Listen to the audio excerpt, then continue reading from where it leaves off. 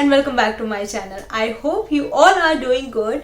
तो आज मेरे चैनल पे हम बात करेंगे नेदरलैंड्स के बारे में, यहाँ के लोगों के बारे में, उनकी लाइफस्टाइल के बारे में। As someone new to Dutch society, every morning seems different and exciting to me. हर रोज मैं यहाँ पर कुछ नया ऑब्जर्व करती हूँ, मेरे को नया कुछ पता चलता है, मैं नया कुछ सुनती हूँ।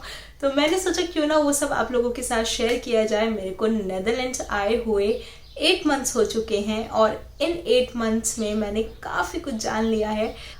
हो सकता है आपने ये सब बातें नेदरलैंड्स के लोगों के बारे में, उनकी लाइफस्टाइल के बारे में पहले भी सुना हुआ हो, लेकिन आज मैं जो आपको बताऊंगी वो मैं एज एन एक्सपैक्ट अपने एक्सपीरियंस शेयर करूंगी कि मेरा एक्सपीरियंस कैसा रहा यहाँ के लोगों को लेकर, यहाँ की लैंग्वेज को लेकर, यहाँ के वर्क लाइफ बैलेंस को लेकर, यहाँ के हेल्थ केयर सिस्टम को लेकर। तो हम सब कुछ डिस्कस करेंगे।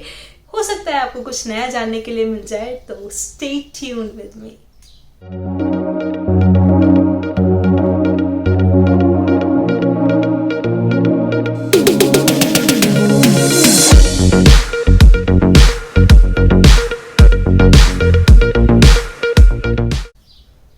तो जैसा कि अभी मैंने आप लोगों को बताया कि जब से मैं नेदरलैंड्स आई हूँ मैंने काफ़ी कुछ ऑब्जर्व किया है। और ये जो मेरा ऑब्जर्व करने का सिलसिला था ना, ये मेरा पहले ही दिन से शुरू हो गया था। जब मैं नेदरलैंड्स आई और मैं फ़्लाइट से निकली तो मैंने इंस्टेंटली 3 चीज़ें नोटिस की। पहला, मैंने देखा हर कोई मेरे को लंबा दिख रहा है। डच लोग टॉल होते हैं ये मेरे को पता था, लेकिन इतने टॉल होते हैं ये मैंने इमेजिन नहीं किया था। मेरी हाइट 5 फुट 6 इंचेस है और इंडिया में सब लोग मेरे को बोलते हैं तू कितनी लंबी है, मतलब मेरे रिलेटिव्स वगैरह बोलते हैं लंबी होती जा रही है और हील्स पहन ली और भी ज़्यादा लंबी लग रही है। तो उन लोगों को मैं बताना चाहती हूँ कि मेरी हाइट नहीं है। अगर आप लोगों को हाइट देखनी है तो प्लीज़ आप डच लोगों को देखो और यहाँ आकर आपको पता चलेगा हाइट क्या होती है। क्योंकि डच लोगों की एवरेज हाइट जो मेल की होती है वो है 5 फुट 9 इंच और फीमेल की 5 फुट 5 इंच। तो ये उनकी एवरेज हाइट होती है। इस टॉपिक पर पता है इतनी रिसर्च चल रही है कि डच लोग लंबे क्यों होते हैं। अगर आप गूगल पे टाइप करो why Dutch people are so tall तो आपको n नंबर ऑफ वेबसाइट्स मिल जाएंगी जिनकी अपनी अपनी थ्योरीज हैं जो आपको बताएंगी भाई डच लोग लंबे क्यों होते हैं। और उन सभी को पढ़ के जो मुझे समझ में आया वो ये आया कि डच लोग इसलिए टॉल होते हैं कि उनका लाइफस्टाइल बहुत ज़्यादा हेल्दी है। वो हेल्दी डाइट लेते हैं और काफ़ी ज़्यादा एक्टिव हैं, जिस वजह से उनके ग्रोथ हार्मोन्स पर काफ़ी इफेक्ट पड़ता है और वो लोग टॉल होते हैं। दूसरा, वो लोग डेयरी प्रोडक्ट बहुत ज़्यादा कंज्यूम करते हैं, इस वजह से वो टॉल होते हैं। इंडिया में हमारे पेरेंट्स बोलते हैं ना दूध पियो लंबे हो जाओगे, तो आई थिंक वो लॉजिक काम करता है। इसलिए आप देख सकते हो डच लोग टॉल हैं क्योंकि यहाँ पे डेयरी प्रोडक्ट्स का कंजप्शन ज़्यादा है। तो दूसरा चीज़ जो मैंने नोटिस किया वो ये किया, almost everybody is in shape.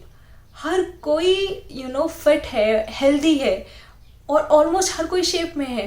तो उससे वो पहली वाली बात प्रूव हो जाती है। बाकी में यहाँ का लाइफस्टाइल इतना हेल्दी और इतना एक्टिव है। मैंने अपने व्लॉग्स में पहले भी मेंशन किया था कि नेदरलैंड्स में लोग फिज़िकली बहुत ज़्यादा एक्टिव हैं। लोग साइकिलिंग करते हैं और रनिंग करते हैं। आप स्ट्रीट पे अगर आप ऐसे निकल जाओ तो मतलब ऐसा हो ही नहीं सकता आपको साइकिलिस्ट ना दिखें और रनिंग करते हुए लोग ना दिखें। और कहते हैं ना age is just a number, वो चीज़ एक्चुअली मैंने यहाँ देखी है। 50 to 60 एज ग्रुप के लोग या 60 to 70 एज ग्रुप के लोग, वो लोग मस्त रनिंग कर रहे हैं, साइकिलिंग कर रहे हैं। अगर आप उनको पीछे से देखो तो आप पहचान भी नहीं पाओगे कि अरे ये 50 to 60 एज के हो सकते हैं या 60 to 70 एज ग्रुप के लोग हो सकते हैं, क्योंकि वो लोग सब इतने हेल्दी और इतने फिट होते हैं। थर्ड, मैंने जो नोटिस किया जब मैं एयरपोर्ट से बाहर आई, मैंने यहाँ का वेदर। यहाँ पर बहुत ज़्यादा ठंड होती है। मेरे को बहुत ज़्यादा प्रॉब्लम हुई थी शुरू में एडजस्ट होने में ठंड के साथ, क्योंकि इंडिया में इतनी ठंड नहीं होती है। यहाँ पे माइनस में टेम्परेचर्स रहते हैं और यहाँ पे बारिश बहुत ज़्यादा पड़ती है। जितना फ्रिक्वेंटली हम लोग फेसबुक और इंस्टाग्राम और व्हाट्सएप चेक करते हैं उतना ही फ्रिक्वेंटली हम लोग यहाँ पर वेदर ऐप चेक करते हैं। वेदर ऐप के बिना हम लोग घर से बाहर नहीं निकलते हैं क्योंकि यहाँ पे ड्रिजलिंग तो होती ही रहती है और बारिश कभी भी हो जाती है। अगर मॉर्निंग में सन है तो गारंटी नहीं है कि ये सन पूरी शाम तक रहेगा, बीच में कभी भी बारिश हो जाएगी और कितनी बार होगी हमें नहीं पता। तो अगर आप नेदरलैंड्स आ रहे हो तो अपने फ़ोन में प्लीज़ वेदर ऐप इंस्टॉल करके आओ और अपना रेन कोट भी लेकर आओ। मैं तो सजेस्ट करूँगी रेन कोट भी लेकर आओ, क्योंकि यहाँ पर बहुत ज़्यादा बारिश होती है और उसी के अकॉर्डिंग अपने आउटिंग और डे आउट प्लान करो। जब मैं इंडिया में थी तो बारिश को लेके हमारा परसेप्शन, अरे बारिश पड़ रही है कितना अच्छा लग रहा है, सुहाना मौसम, ये होता था। और अब जब से मैं नेदरलैंड्स आई हूँ ना, मेरा बिल्कुल बारिश को लेके मेरी सोच बदल गई है।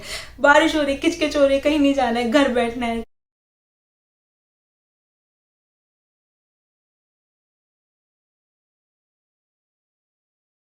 तो ये मेरा यहाँ के वेदर के साथ थोड़ा एक्सपीरियंस रहा। फिर अब हम बात करते हैं यहाँ के लोगों की। तो डच लोग जो होते हैं वो स्ट्रेट फॉरवर्ड होते हैं, आपने सुना हुआ भी होगा, लेकिन ऐसा मैंने काफ़ी बार सुना है कि डच लोग रूड होते हैं। आई थिंक जो स्ट्रेट फॉरवर्ड होता है वो रूड ऑब्वियसली होता ही है, क्योंकि वो मुंह पे बोल देता है। तो Dutch people don't have a skill to create long stories before coming to a point. अगर उन्हें कुछ बोलना है और उन्हें आपको मना करना है या हाँ करना है तो वो डायरेक्टली आपको बोलेंगे, वो बातों को घुमाएंगे नहीं। तो आई थिंक इसी वजह से ऐसा बोला जाता है डच लोग जो हैं वो रूड होते हैं। डच लोग रूड नहीं होते हैं, डच लोग स्ट्रेट फॉरवर्ड होते हैं। और I think it's good to be straightforward यार, सीधी बात, नो बकवास। फिर डच लोग जो है वो पंचुअल होते हैं। डच लोग बहुत ज़्यादा पंचुअल होते हैं। अगर उन्होंने आपको मीटिंग का टाइम दिया है 10 बजे तो डेट मीन्स 10 बजे। इनफैक्ट मैं आपको एग्जाम्पल के साथ बताती हूँ कि मैंने यहाँ पे पंचुअलिटी और कैसे नोटिस की। तो जब हम एयरपोर्ट से घर आ रहे थे, तो जब मैं यहाँ की बस में बैठी तो सामने एक स्क्रीन चल रही थी जिस पर सभी स्टॉप्स का वो दिखा रहा था ड्यूरेशन की, इतने टाइम पर ये वाला स्टॉप आएगा और उतने टाइम पर ये वाला स्टॉप आएगा। तो एक्चुअली जो टाइम वो दिखा रहा था उसी टाइम पे वो स्टॉप आ रहा था, ना 1 मिनट बाद ना 1 मिनट पहले, बिल्कुल एक्यूरेट वो चल रहा था। तो आप देख सकते हो कि यहाँ पर ट्रैफिक भी इतना ऑर्गेनाइज है। तो आप आइडिया लगा सकते हो यहाँ पे लोग कितने पंचुअल होंगे और लोग कितने ऑर्गेनाइज होंगे। फिर थर्ड हम बात करते हैं उनकी लैंग्वेज की। नेदरलैंड्स का जो सोल लैंग्वेज है वो है डच, और उसके बाद जो मोस्ट स्पोकन लैंग्वेज है वो है इंग्लिश। तो ये बहुत अच्छी बात है, डच लोग इंग्लिश बोलते हैं, तो इतनी ज़्यादा प्रॉब्लम नहीं हुई मेरे को यहाँ पे एडजस्ट होने में। या अगर हम कभी शॉप पे जाते हैं या मेरे को कुछ सामान लेना है या किसी से इंटरेक्शन करना है तो इतनी प्रॉब्लम नहीं होती है।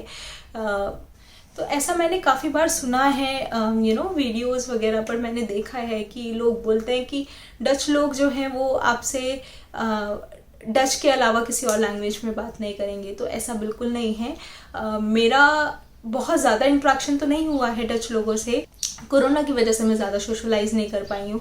लेकिन शेरू को मैं जब वॉक पर लेकर जाती हूँ तो उस दौरान मेरा काफ़ी लोगों से इंटरेक्शन होता है।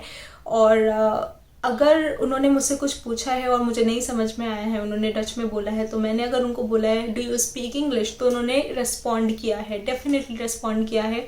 अगर उनको नहीं आता है तो उन्होंने बोला या लिटिल बिट, तो उन्होंने बात करने की कोशिश की है। ऐसा बिल्कुल नहीं है डच लोग डच के अलावा किसी और लैंग्वेज में बात नहीं करेंगे। इनफैक्ट ये हमारी रिस्पॉन्सिबिलिटी बनती है कि जब हम किसी कंट्री में रहने जा रहे हैं तो उनकी लैंग्वेज हम सीखें और उनकी लैंग्वेज में बात करने की कोशिश करें। मुझे बहुत ज़्यादा डच नहीं आती है, या मुझे सब बेसिक डच आती है, जो बेसिक वर्ड, क्योंकि अभी मेरी किसी से इतनी बात नहीं होती है जिससे मैं पूरी कम्युनिकेशन करूँ या पूरे सेंटेंसेस बोल रही हूँ। हाय, हेलो, गुड मॉर्निंग, इतना मेरा होता है। तो ये कुछ वर्ड्स हैं बेसिक जो मैंने सीखे हैं। गुड मॉर्निंग को यहाँ पर बोलते हैं खुद मॉर्गा, और गुड आफ्टरनून को बोलते हैं खुद मिदाक, गुड इवनिंग को बोलते हैं खुद हाफ वॉन, और गुड नाइट को बोलते हैं वेल तुरुस्ता, गुड डे को बोलते हैं खुद दाक, और क्या सीखा था मैंने, हाँ, थैंक यू को बोलते हैं दंकुवेल, और प्लीज़ को बोलते हैं आल्स तो ब्लीव। तो ये कुछ वर्ड्स हैं जो मुझे याद हुए हैं। डच लैंग्वेज थोड़ी सी टफ है लेकिन लर्नेबल है, प्रोनाउंसिएशन थोड़ा सा टफ है, वर्ड्स टफ हैं, बट मेरी कोशिश है मैं धीरे धीरे सब याद करूँ, एक एक वर्ड एटलीस्ट रोज का याद करूँ। तो अब हम बात करते हैं ये यहाँ के वर्क लाइफ बैलेंस के बारे में। मैं वर्किंग नहीं हूँ, मैं होम मेकर हूँ, लेकिन मेरे हस्बैंड वर्किंग है, तो उस हिसाब से मेरे को आइडिया है यहाँ के वर्क लाइफ बैलेंस के बारे में। Netherlands is the best country in the world for managing their work life balance. As per Dutch standard 38 hours सिर्फ आपको काम करना है पूरा वीक में। और यहाँ पर सैटरडे संडे ऑफ होता है, 5 डेज ही आपको काम करना होता है। इंडिया का जो स्टैंडर्ड टाइम है वर्किंग आवर का, आई थिंक वो 48 आवर है, यहाँ पर वो 38 आवर है। तो यहाँ पे वर्क लाइफ बैलेंस काफ़ी रिलैक्स्ड है। स्पेशली हमें वीकेंड्स ऑफ मिलते हैं तो हम अच्छे से एंजॉय कर सकते हैं या फिर कुछ डे आउट प्लान कर सकते हैं। तो वर्क लाइफ बैलेंस यहाँ का बहुत अच्छा है। फिर अब हम बात करेंगे यहाँ के हेल्थ केयर सिस्टम के बारे में। तो जब मैं यहाँ पर आई थी तो पहले मैंने म्यूनसिपैलिटी के पास अपने आप को रजिस्टर किया और उसके जस्ट बाद मेरे को अपना ट्यूबरक्लोसिस टेस्ट करवाना था।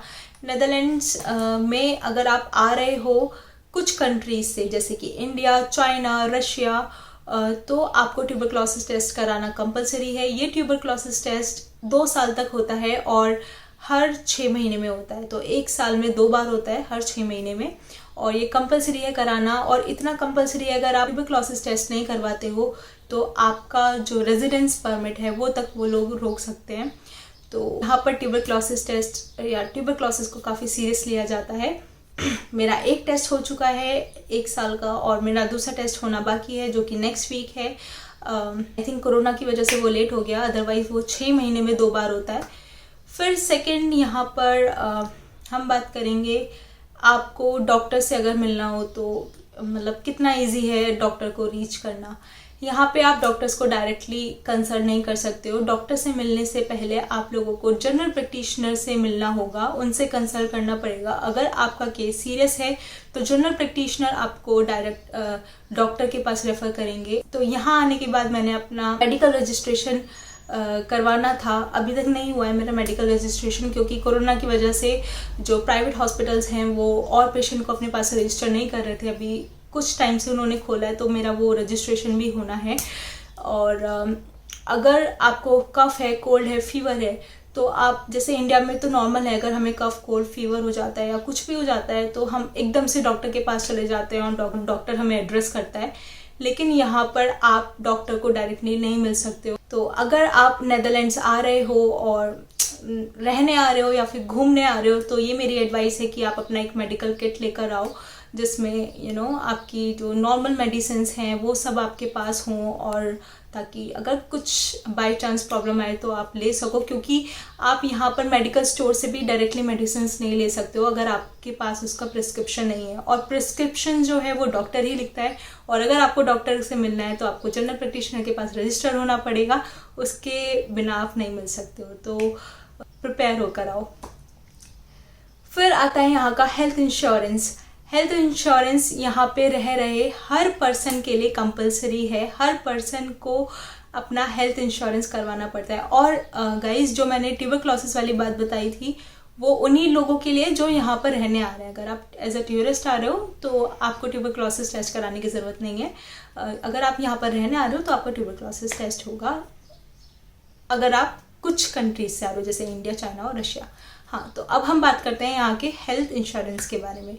नेदरलैंड्स में यहाँ रह रहे हर पर्सन का हेल्थ इंश्योरेंस होना कंपलसरी है। इंडिया में कंपलसरी नहीं है, तुम्हारी चॉइस है कि एक टाइम के बाद आप जब लेना चाहते हो आप ले सकते हो। लेकिन यहाँ पे अगर आप यहाँ रहने आ रहे हो तो आपको अपना इंश्योरेंस, हेल्थ इंश्योरेंस लेना कंपलसरी है। मेरे घर से 220 यूरो हेल्थ इंश्योरेंस का हर मंथ जाता है, तो वहाँ थोड़ा सा हमें फील होता है कॉस्टली है, बट हेल्थ इंश्योरेंस होना सबका ज़रूरी है और होना चाहिए। तो ये था हेल्थ इंश्योरेंस के बारे में। और फिर अब हम बात करेंगे होम बर्थ के बारे में। Home birth is normal in Netherlands. Netherlands में घर पे बच्चे होते हैं। ऐसा डच वुमेन का मानना है कि जो प्रेगनेंसी होती है वो एक नेचुरल प्रोसेस है और वो इस प्रोसेस को मेडिकलाइज नहीं कराना चाहती हैं, तो इसलिए वो प्रेफर करती हैं कि वो अपने बच्चों को घर पर ही जन्म दे। और इस सोच को सपोर्ट करते हुए यहाँ पर बहुत सारी मिडवाइफ्स भी हैं जो कि ट्रेंड हैं। मिडवाइफ्स मतलब जैसे इंडिया में हमारे यहाँ दाई होती हैं जो कि लेबर के टाइम पे आपको हेल्प करती हैं, ऐसे ही यहाँ पर मिडवाइफ्स होती हैं जो कि लेबर के टाइम पे प्रेग्नेंट लेडीज़ को हेल्प करती हैं। जो मिडवाइफ्स होती हैं वो डॉक्टर नहीं होती हैं, लेकिन वो डॉक्टर की तरह ट्रेंड होती हैं। जैसे जनरल प्रैक्टिशनर होता है, वो आपकी प्रॉब्लम को सुन सकते हैं और या आपको हेल्प कर सकते हैं, लेकिन जनरल प्रैक्टिशनर डॉक्टर नहीं होते हैं। ऐसे मिडवाइफ्स जो होती हैं वो डॉक्टर नहीं होती हैं। तो ये कुछ था जो मुझे नया पता चला नेदरलैंड्स के बारे में और लोगों की सोच के बारे में, और आई थिंक इट्स ब्यूटिफुल। यहाँ पे ऐसा माना जाता है कि लेबर के टाइम पे जो मदर है उसको वो इन्वायरमेंट मिले जिससे वो फेमिलियर हो, और उसको हॉस्पिटल में वो इन्वायरमेंट नहीं मिल सकता है, इसलिए यहाँ पर जो वुमेन्स होती हैं वो होम बर्थ प्रेफर करती हैं। तो ये था यहाँ के हेल्थ केयर सिस्टम के बारे में। अब हम बात करेंगे यहाँ की लेबर कॉस्ट के बारे में। तो नेदरलैंड्स के लोग बहुत ज़्यादा मल्टी टैलेंटेड हैं। ये बात मुझे यहाँ आकर पता चली, वो इसलिए क्योंकि यहाँ पर लेबर कॉस्ट बहुत ज़्यादा है। यहाँ पर लोगों को अपने घर का इंटीरियर डिज़ाइनिंग से लेके गार्डनिंग से लेके सब कुछ आता है, और लोग सब कुछ अपने आप करना प्रेफर करते हैं क्योंकि यहाँ पर लेबर कॉस्ट बहुत ज़्यादा एक्सपेंसिव है। इनफैक्ट यहाँ पे किसी के घर पे मेड्स नहीं होती हैं, सब लोग अपना काम खुद करते हैं। और काम तो चलो ठीक है, लेकिन अपना घर डिज़ाइनिंग, फ्लोरिंग, अपने घर का उन्हें अगर टाइल्स लगानी है तो वो सब भी अपना काम सब खुद ही कर लेते हैं। फिर जो मैंने यहाँ पर नेक्स्ट नोटिस किया वो ये किया कि लोग सेकंड हैंड चीज़ों को लेके बहुत ज़्यादा कैजुअल हैं। फेसबुक पे एन नंबर ऑफ पेजेस हैं जैसे कमोडिटी मार्केट वगैरह वगैरह, और वहाँ पर लोग छोटी से छोटी चीज़ को सेल कर देते हैं। हमें इकोनॉमिक्स में पढ़ाया जाता है फुलर यूटिलाइजेशन ऑफ रिसोर्सेज, वो चीज़ मैंने यहाँ आकर देखी और मैंने ऑब्जर्व किया है। जैसे अगर जब तक आपको कुछ चीज़ यूज़ करनी है आप यूज़ करो, अगर आपको अच्छी कंडीशन में है और आप अगर उसको नहीं यूज़ करना है आपने, तो आप उसको फेसबुक पे पोस्ट कर दो, चाहे वो आपका सैंडल हो या फिर आपका कोई ड्रेस हो या कोई घर का क्रॉकरी हो, कुछ भी हो, सब कुछ सेल हो जाता है। फिर जो मैंने इस कंट्री के बारे में नोटिस किया वो ये किया कि ये कंट्री बहुत ज़्यादा प्रिपेयर है अगर फ्यूचर में कुछ वॉर होता है या कुछ भी होता है। वो मेरे को ऐसे रियलाइज़ हुआ कि यहाँ पर नेदरलैंड्स में हर month first Monday of the week को एक सायरन बजता है जिसको इमरजेंसी टेस्ट सायरन बोलते हैं, और वो सायरन ठीक 12 बजे बजता है और 1 मिनट 26 सेकेंड तक बजता है। तो इसमें गवर्नमेंट जो होती है वो साउंड वो टेस्ट करती है कि लोगों तक उनके मैसेजेस पहुंच रहे हैं कि नहीं, और उनके साउंड सिस्टम अच्छे से वर्क कर रहे हैं कि नहीं, लोग उनको सुन पा रहे हैं कि नहीं। और हमारे फ़ोन पर एक मैसेज आता है, कभी कभी आता है फ़ोन पर, हर बार नहीं आता है।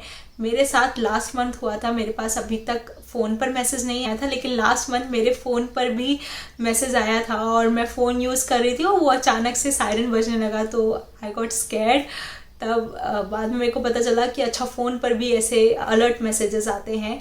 तो उसका मतलब ये होता है कि लाइक अगर फ्यूचर में कोई भी कॉन्टीजेंसी आती है, कोई भी प्रॉब्लम आती है, कुछ भी वॉर वगैरह होने वाला है, तो गवर्नमेंट टेस्ट करते हैं कि लोग हमको सुन पा रहे हैं कि नहीं। और इस टेस्ट के थ्रू वो लोगों को ये भी बताते हैं कि अगर लाइफ में आगे कुछ वॉर होता है या कुछ भी प्रॉब्लम होती है तो हमें उन सायरेंस को सुनना है और उन मैसेजेस को ध्यान से देखना है कि वो क्या बता रहे हैं। तो उस हिसाब से रियलाइज़ होता है कि हाँ, ये कंट्री कितनी प्रिपेयर है फ्यूचर में अगर कभी कुछ होता है तो उन सब चीज़ों को लेकर। और काफ़ी लोग डर जाते हैं जब वो पहली बार आते हैं और वो सायरन सुनते हैं, क्योंकि वो एक्चुअली सायरन ऐसा होता है कि जैसे कहीं वॉर का कोई अनाउंसमेंट हो गया है। ये सायरन टेस्ट एक नॉर्मल सी चीज़ है जो कि यहाँ पर होती है। डच सायरन कैसे साउंड करता है इसका लिंक मैंने अपने डिस्क्रिप्शन में शेयर कर दिया है, आप लोग वहाँ जाकर सुन सकते हैं। फिर हम बात करते हैं नेदरलैंड्स में पेट्स को लेकर। तो नेदरलैंड्स एक पेट फ्रेंडली कंट्री है और आप अपने डॉग्स लेकर आ सकते हो। यहाँ पे ऑलमोस्ट हर घर में आपको डॉग मिलेगा और यहाँ पर डॉग का भी टैक्स जाता है। जी हाँ, अगर आप लोगों के पास डॉग है, अगर एक डॉग है तो एक का टैक्स जाएगा, 2 डॉग है तो दो के टैक्स जाएंगे। और यहाँ पर डॉग्स को अगर आपको रखना है तो आपको टैक्स पे करना पड़ेगा। ये जो टैक्स है वो सिटी वाइज है। हम आइंदोवन में रहते हैं और यहाँ पर 81 यूरोस का जो टैक्स है वो हम उस शेरू का पे करते हैं। तो नेदरलैंड्स एक ऐसा कंट्री है जहाँ अगर आपके पास डॉग है तो आपको डॉग टैक्स भी पे करना पड़ेगा।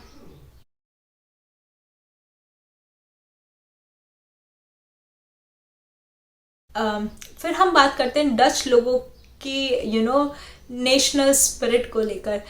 यहाँ जो मैंने ऑब्जर्व किया है लोगों का नेशनल स्पिरिट दिखाने का तरीका बिल्कुल अलग और बिल्कुल डिफरेंट है। जैसे इंडिया में क्रिकेट के लिए लोग क्रेजी हैं, नेदरलैंड्स में डच लोग फुटबॉल के लिए क्रेजी हैं, और अभी यूरोपियन लीग चल रहा है, उस लीग को सपोर्ट करते हुए अभी मैंने नोटिस किया है कुछ दिन पहले ही लोगों ने अपने घरों को डेकोरेट किया हुआ है, और हर स्टोर में आपको ऑरेंज कलर का टी शर्ट मिलेगा। ऑरेंज कलर जो है वो नेदरलैंड्स का कलर है।